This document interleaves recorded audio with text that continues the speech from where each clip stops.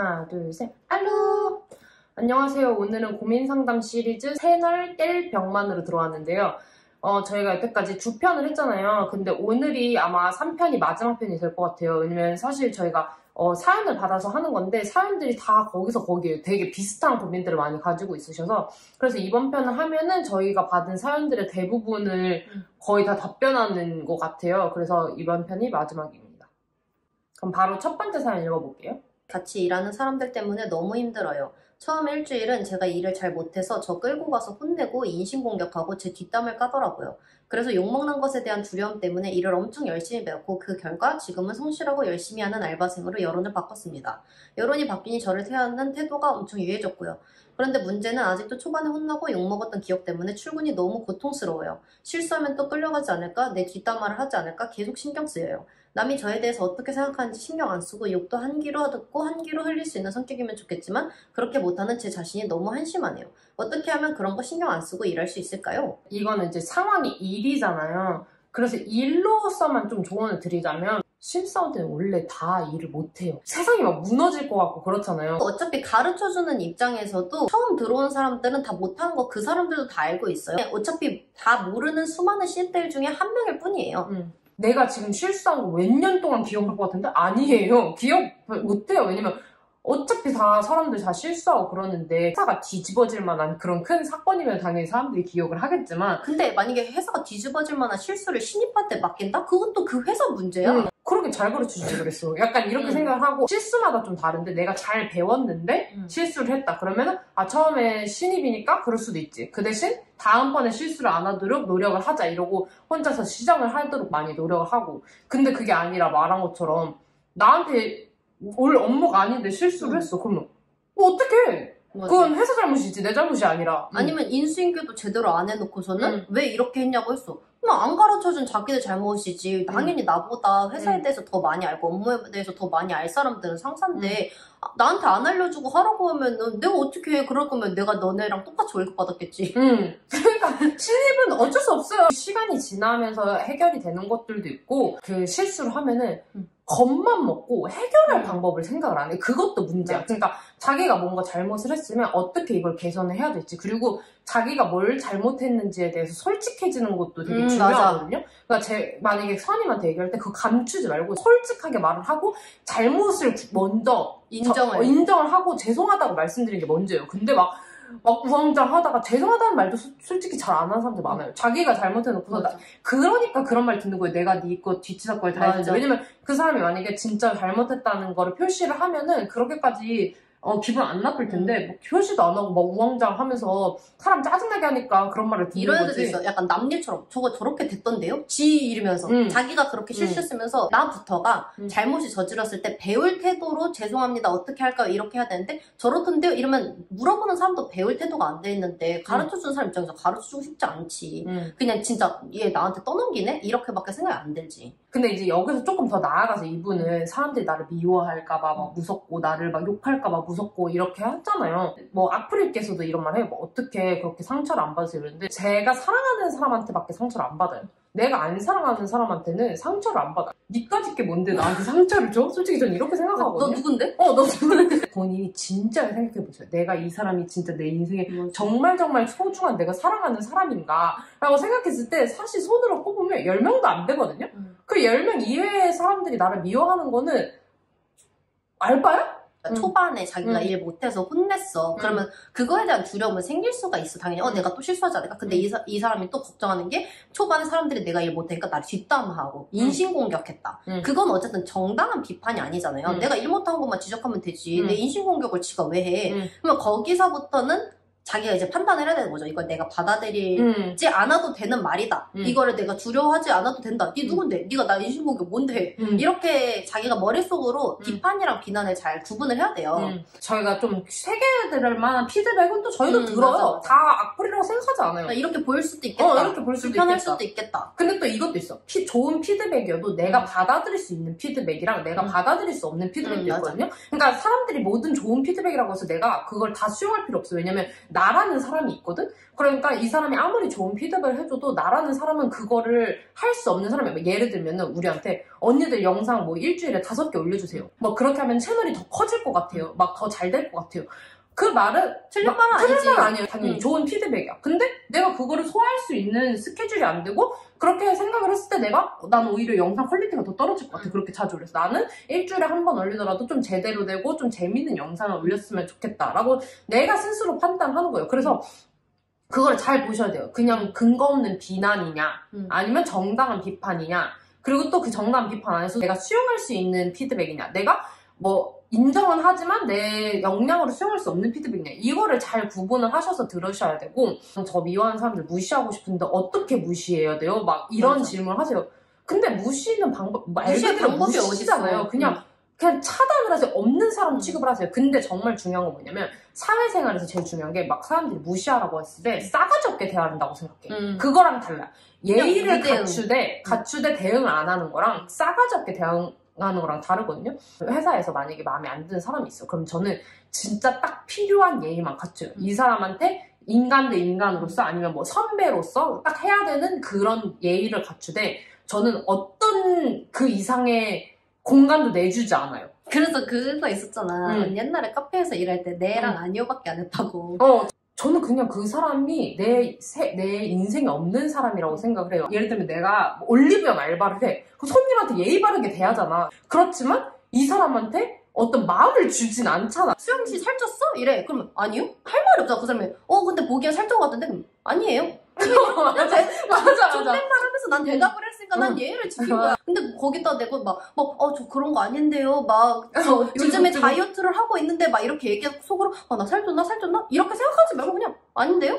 아니에요. 그냥 이러고 그냥 마세요. 그러면 그 뒤로도 대집합 보지 마세요. 내가 안 쪘는데 뭐. 아니면 내가 쪄도 상관이 없는데 뭐. 그냥 이러고 마세요. 난 그 사람이 인간관계 맺고 싶지 않아. 대화라는 걸 안 하고 싶잖아. 그냥 필요한 말만 하세요. 막 서비스직 같은 거에서 막 손님들이 이렇게 했다 이러면은 저는 이렇게 생각해요. 너는 어차피 내 돈벌이 수단일 뿐이야. 넌 내 인생에 아무것도 아니야. 근데 맞아. 그 사람 내 인생에 아무것도 아니야. 그 손님이 나한테 그렇게 했다고 해서 내 인생이 무너져? 내 인생에 무슨 영향이 있겠죠? 항상 이렇게 생각하세요. 너는 어차피 내 인생에 아무것도 아니야. 네 주제에 무슨 나를 상처를 줘? 이렇게 하고, 만약에 사람들이 막 무분별하게 막 비판을 하잖아요. 그러면은 솔직히 저희는 이렇게 생각해요.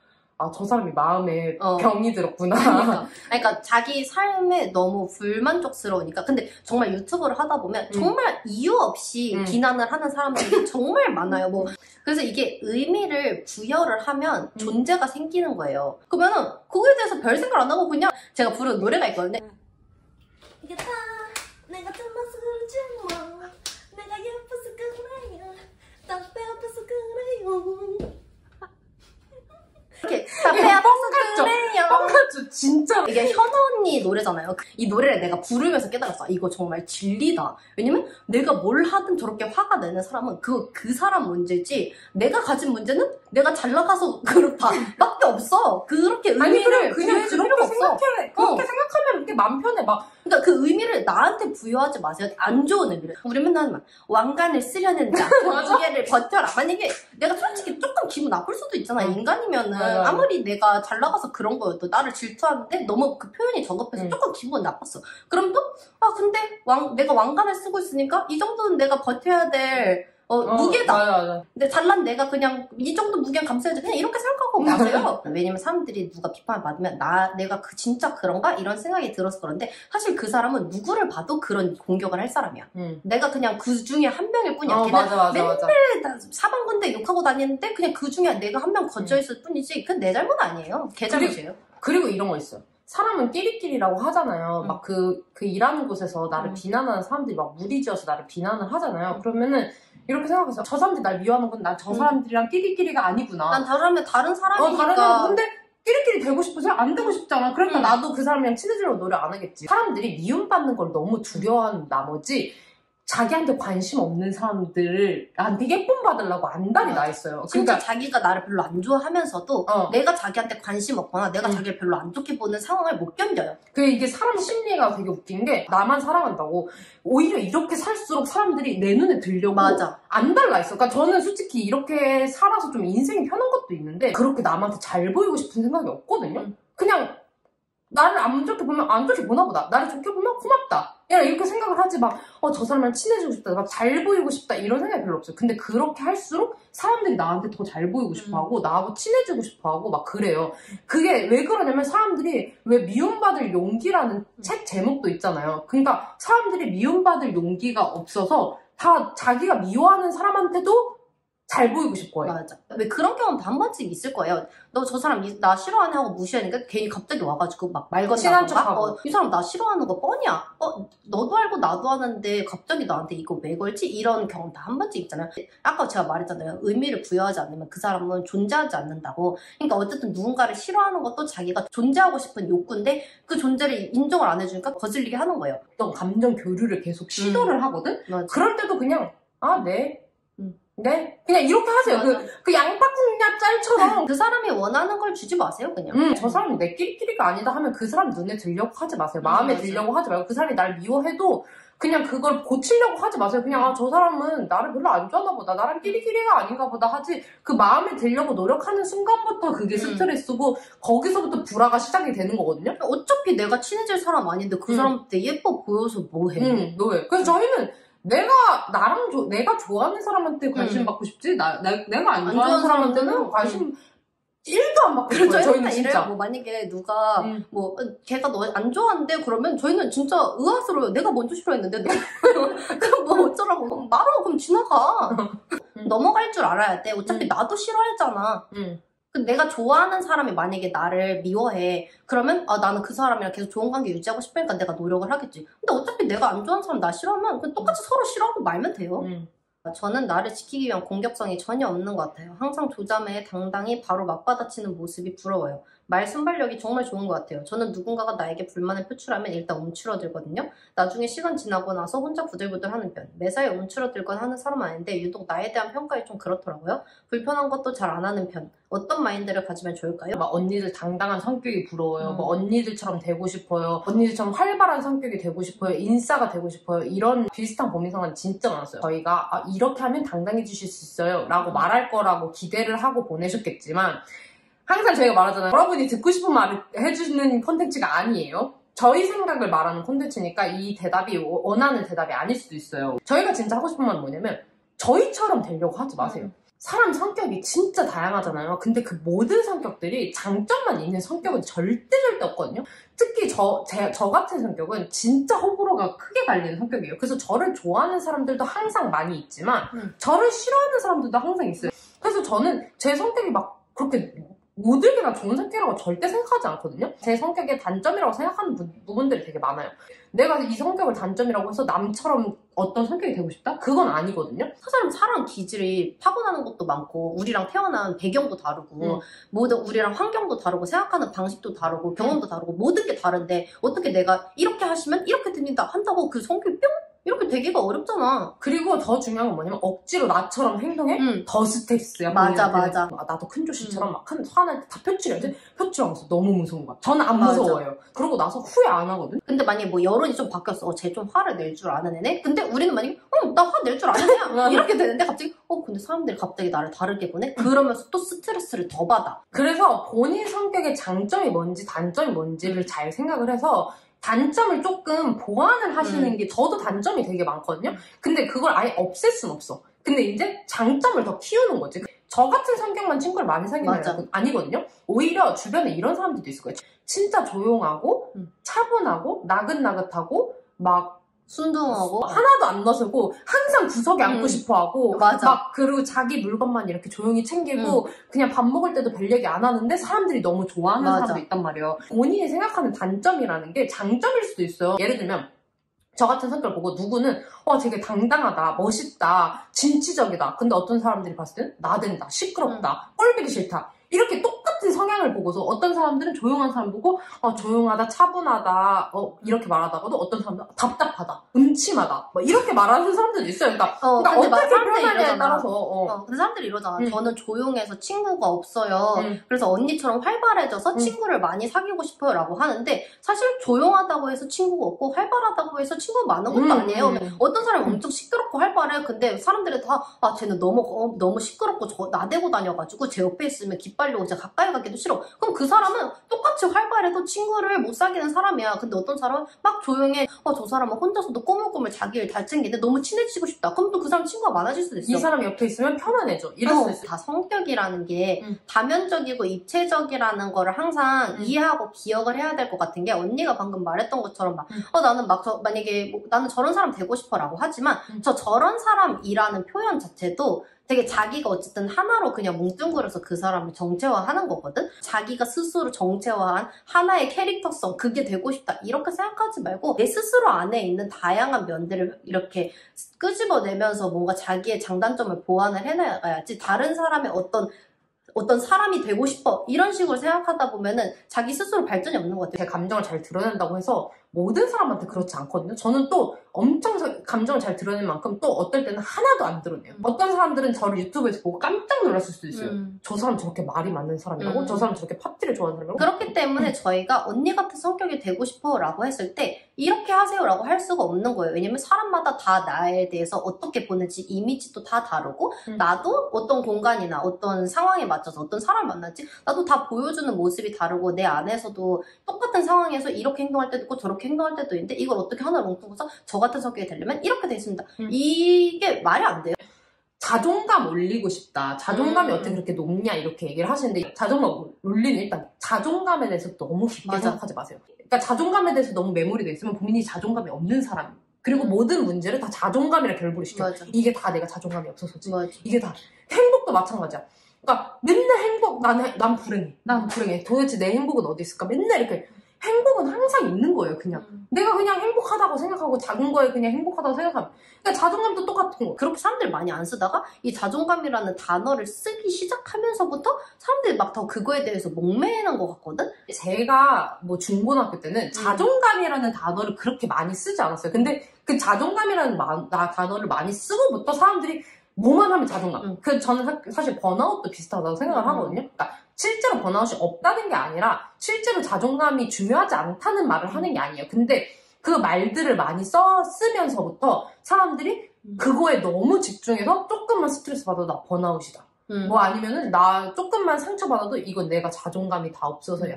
너무 행복에 대해서 생각하면 사람이 안 행복해진다고 하잖아요. 자존감도 똑같아요. 너무 자존감에 대해서 생각을 하다 보면 자존감이 낮아질 수밖에 없고 거울을 너무 많이 보잖아요. 맞아. 그러면은 다 못생겨 보여요.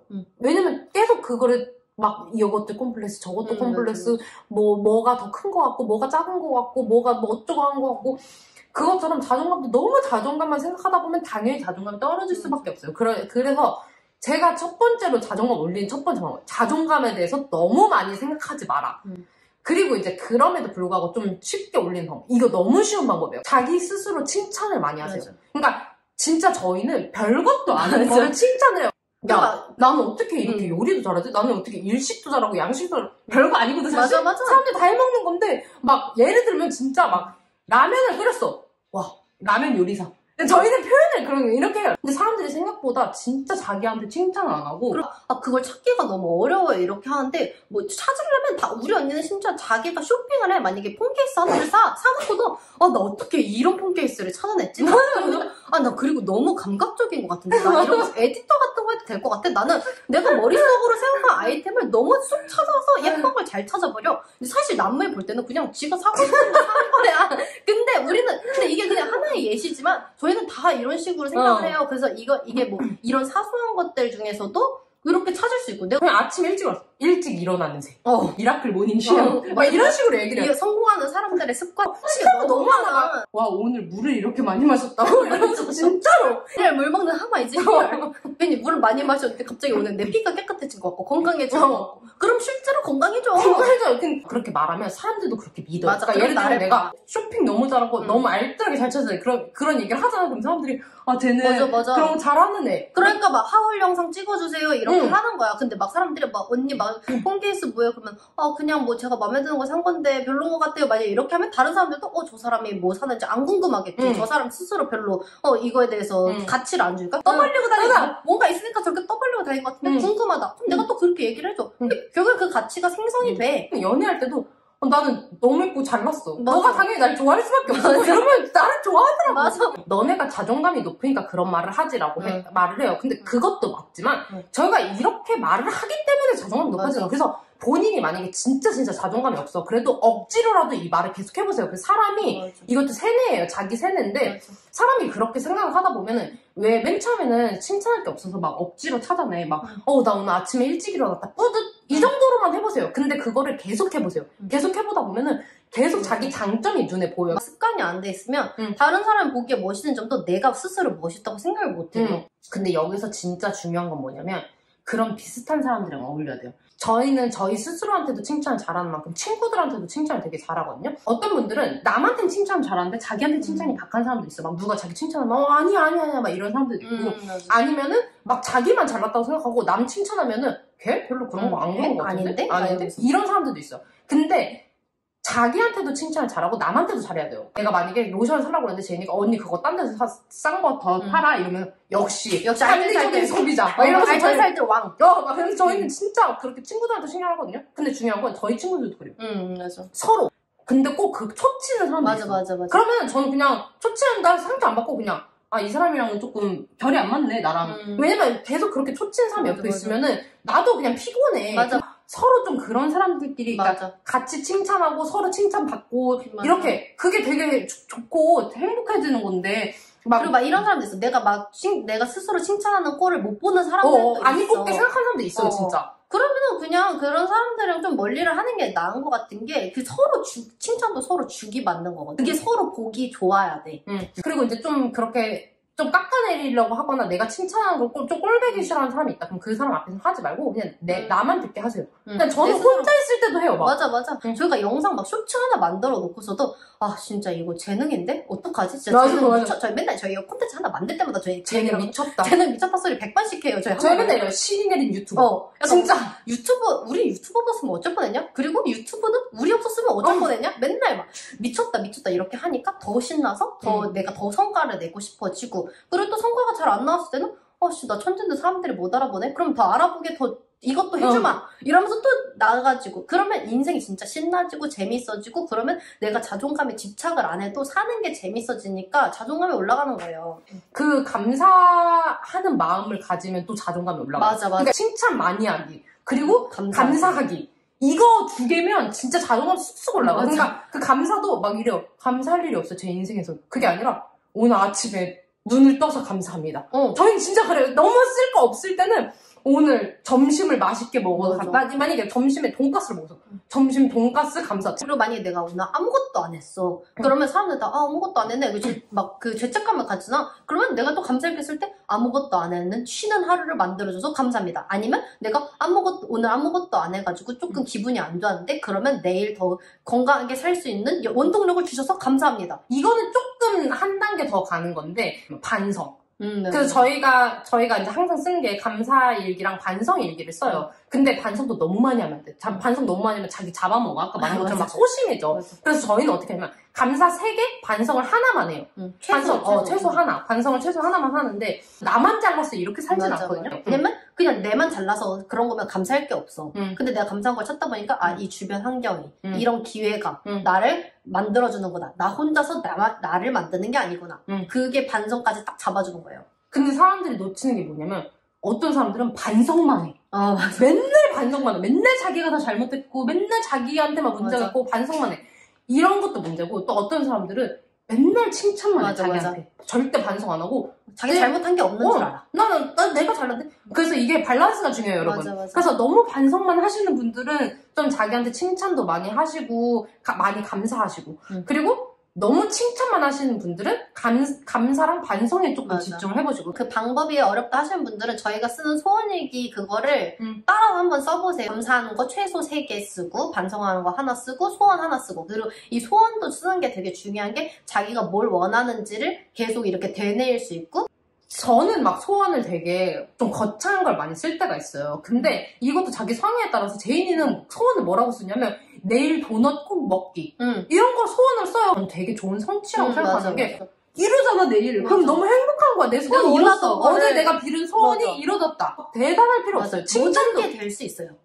칭찬도 대단할 필요 없고 감사도 대단할 필요 없고 그러니까 사람들이 우리가 뭔가 이런 조언을 해주면 뭔가 막 그게 엄청나게 대단한 거라고 생각하는데 그냥 시작하는 게 더 중요하거든요. 맞아. 그래서 습관하는 게 엄마가 집 오는 시간 가지고 다른 집보다 엄격하게 할 때 너무 속상해요. 저는 왜 성인이고 외동인데 이럴 때 어떻게 하면 좋을까요?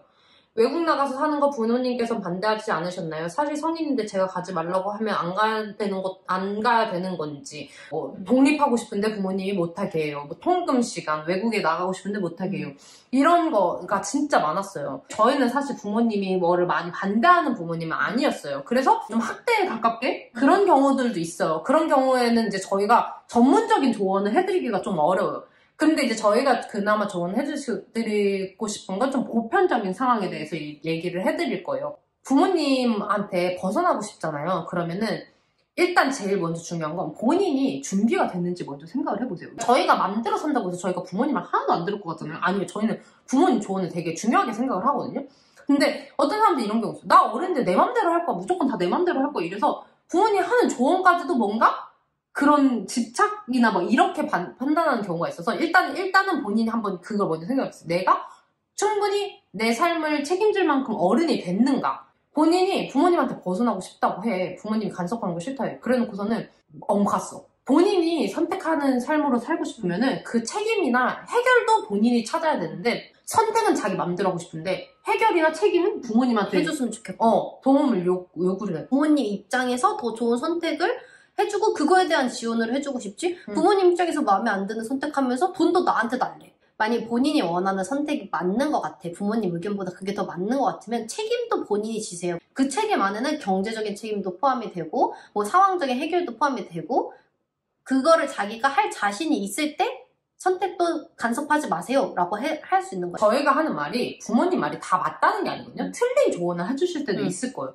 그럴 때는 내가 맞다는 걸 보여주셔야 돼요. 그러니까 내가 그걸 해내서 증명해서 보여주셔야 돼요. 본인이 그렇게 하기로 마음을 먹었으면은 안 된다고 하도 하셔야 돼요. 그 강단도 필요해요. 그러니까 언제 가지고 설득할 수 없거든. 설득이 안 될 수도 있어. 모든 부모를 설득할 수 있는 게 아니야.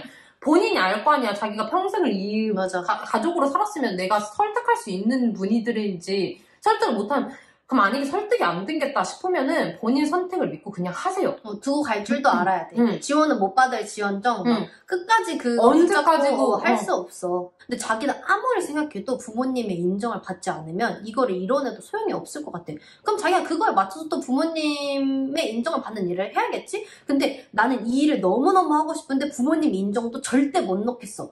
근데 부모님은 이걸 절대 인정을 안 해줘. 이거 두 개 다 못 가져가요. 자기가 그 안에서 우선순위를 선택을 해서 선택을 하고 책임을 지셔야 돼요.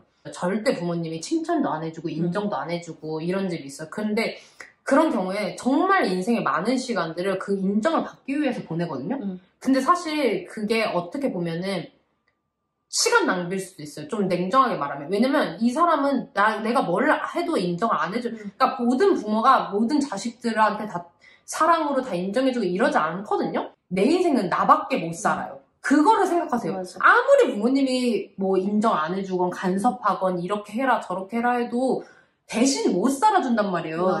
결국에는 부모님이 아무리 해결해주려고 도와줘도 그 일을 감당해야 되는 건 나거든요? 전 좀 독립을 강력 추천드리는 게 사실 이런 게 있어. 앞에서 보이면 다 잔소리거든요. 맞아. 눈에 보이면 다 잔소리거든요. 어쨌든 같이 사는 사람끼리 예의도 걱정이 되는데 제 주변에도 집이 엄청 엄한 애들이 있거든요.